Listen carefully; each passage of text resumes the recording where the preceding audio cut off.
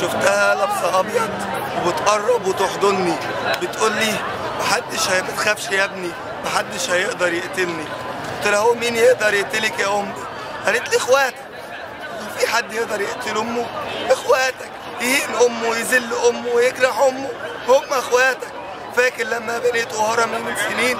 فاكر لما حميتوني في قادش من القديم؟ فاكر السد و73؟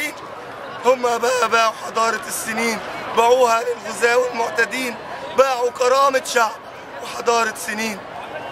فرحتني في 73 وكملت فرحتي في يناير بيك، وغنيت ابني حبيبي يا نور عيني بيضربوا بيك المثل، كل الناس بيهنوني طبعا ما انا ام البطل.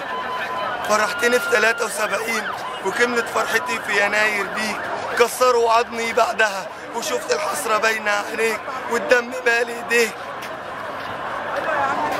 نسيت، مش قادر اكمل، مش مجمع.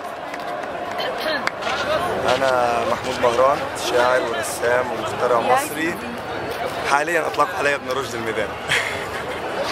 بس كده قول لي اسمك تاني.